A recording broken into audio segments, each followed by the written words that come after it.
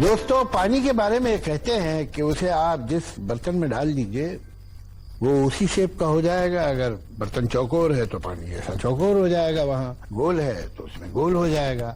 جس شکل کا برتن ہے پانی وہ شکل اختیار کر لے گا. یہ خوبی پانی میں شعر کے لیے بھی ہے. جب شعر میں پانی آیا, شاعری میں پانی کا جہاں ذکر ہوا, تو وہاں بھی شعر کے مطابق پانی نے اپنی شکل بدل لی ہے اور اس کے معنی ہی بدل گئے. دیکھیے شاعری ایک لفظ لیتی ہے, بڑے معمولی لفظ, میں آپ کو بہت سے شعر سنا سکتا ہوں جس میں صرف اچھا سے شاعری کر لی گئی ہے یا خیر سے شاعری کر لی گئی ہے کہ اس لفظ نے جان پیدا کر دی ہے شعر میں. ایسے ہی پانی ہے.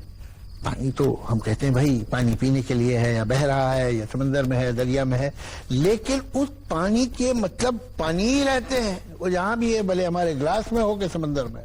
لیکن شاعری میں پانی کیسے کیسے رنگوں میں آتا ہے, کیسے کیسے معنی بدلتا ہے, یہ دیکھنے والی چیز ہے. فراق کا شعر, گہرائی کی تھا نہ پائے دنیا کو حیرانی ہے.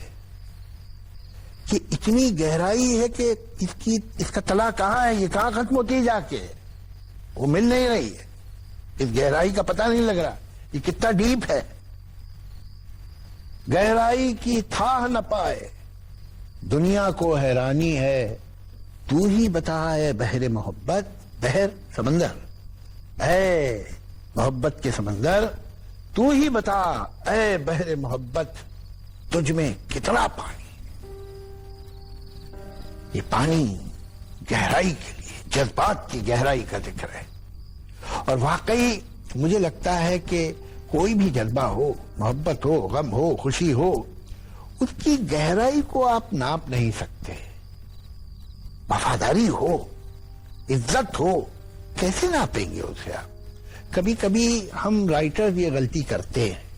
ہم لوگ یہ کوشش کرتے ہیں اپنی پروز میں یا پوئٹری میں کہ کسی جذبے کو, کسی ایموشن کو پوری طرح ڈسکرائب کرنے کی کوشش کرتے ہیں اور ہر بار ناکام ہوتے ہیں. اس لیے کہ جہاں آپ نے اس کا ڈسکرپشن دے دیا, اس کی لائن کھینچ دی, یہ ہے ایموشن, تو وہ تو لمیٹڈ ہو گیا.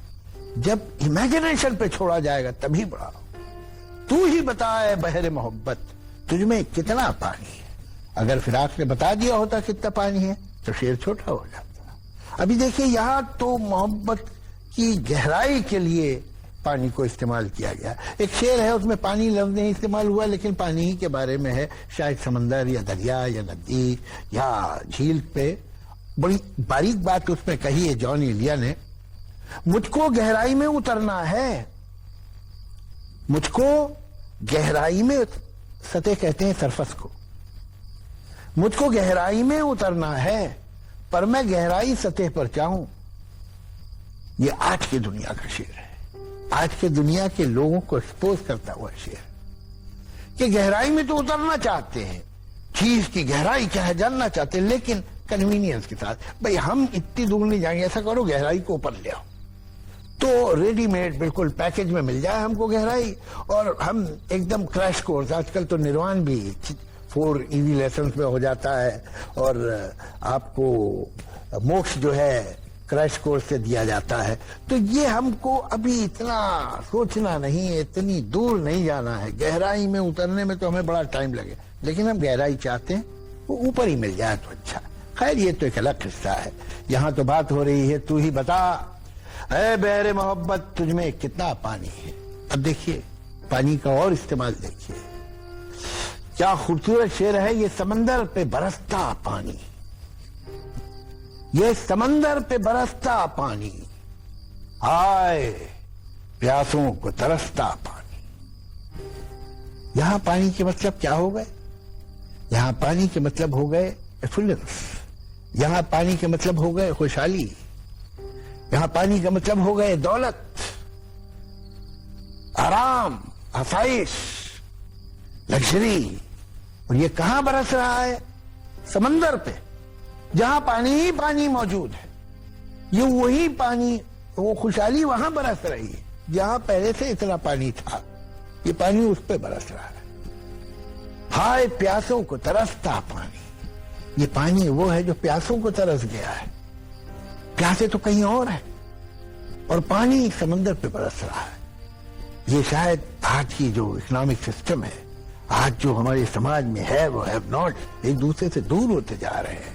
جہاں ایک طرف اتنی دولت ہے، جہاں ایک طرف اتنی غریبی ہے، یہ پانی اس کا سمبل بن گیا ہے، اس خوشحالی کا، اس طرح کی ڈیولپمنٹ کا، اس طرح کی ترقی کا، پرگتی کا، کہ جو پانی سمندر پہ برسا رہی ہے اور پیاسے بیٹھے ہوئے ہیں.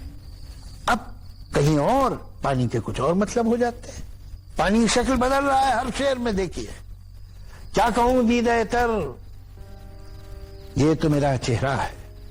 دیدہ تر وہ آنکھ جس میں آنسو ہے، بھیگی ہوئی آنکھ. کیا کہوں دیدہ تر، یہ تو میرا چہرہ ہے. سنگ کٹ جاتے ہیں بارش کی جہاں دھار گرے، پتھر کاٹ دیتا ہے بارش کا پانی جب گرتا ہی رہتا ہے تو پتھر کٹ جاتے ہیں. یہ تو میرا چہرہ ہے. اگر جو آنسو بہ رہے ہیں، جو غم ہے، اور اس کے جو آنسو بہ رہے ہیں انہوں نے میرے چہرے کو کاٹ دیا ہے، ختم کر دیا ہے، تو کیا حیرت کی بات.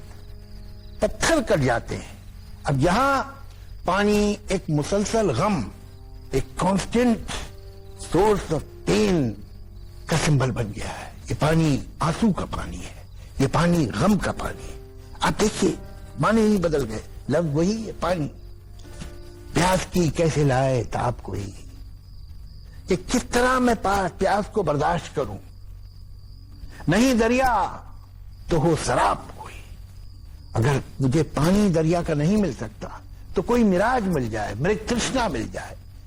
مراج، مرگ ترشنا اسے کہتے ہیں سراب کو، کہ جو دور سے ریت دکھائی دیتی ہے، چمکتی ہے تو پانی جیسی لگتی ہے. تو اگر پانی نہیں مل رہا تو مجھے ایسا لگے کہ یہ ریت پانی ہے، اس سے ہی اپنا دل بہلا لوں گا.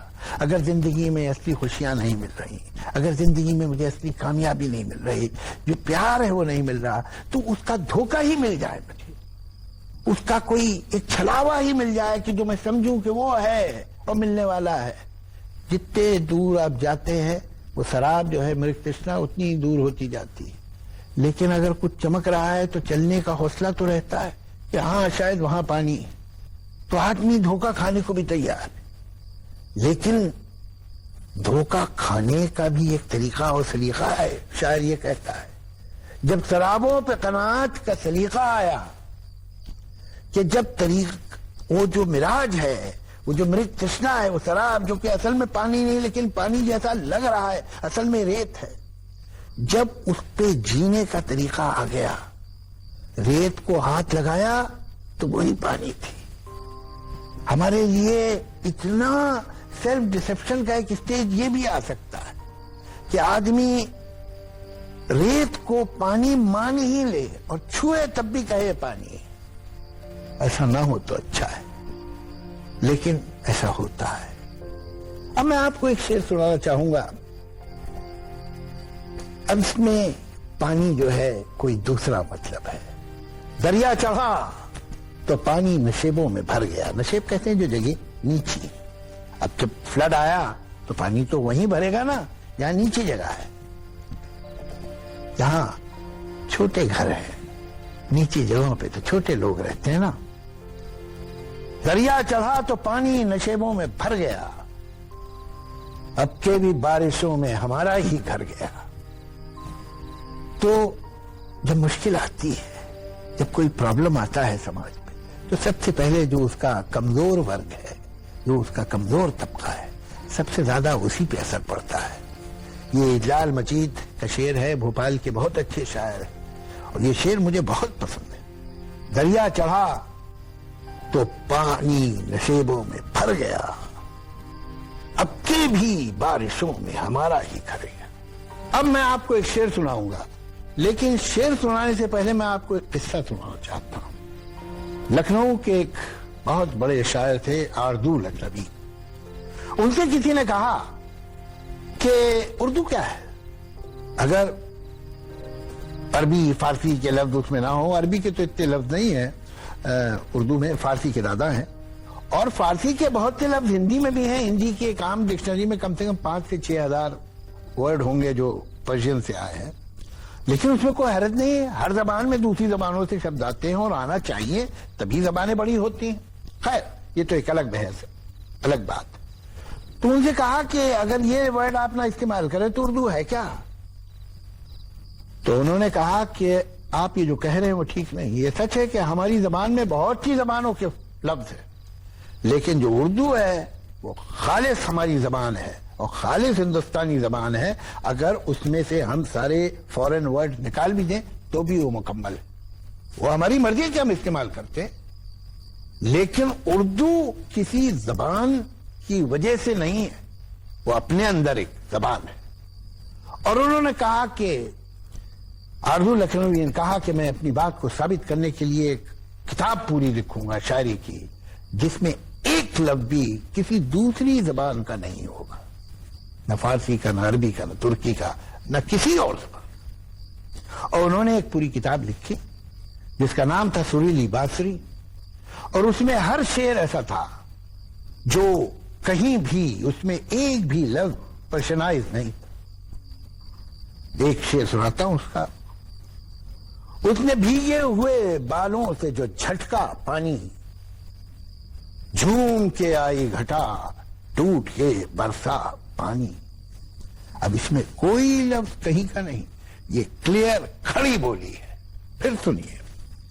اس نے بھیگے ہوئے بالوں سے جو جھٹکا پانی، جھوم کے آئی گھٹا ٹوٹ کے برسا پانی.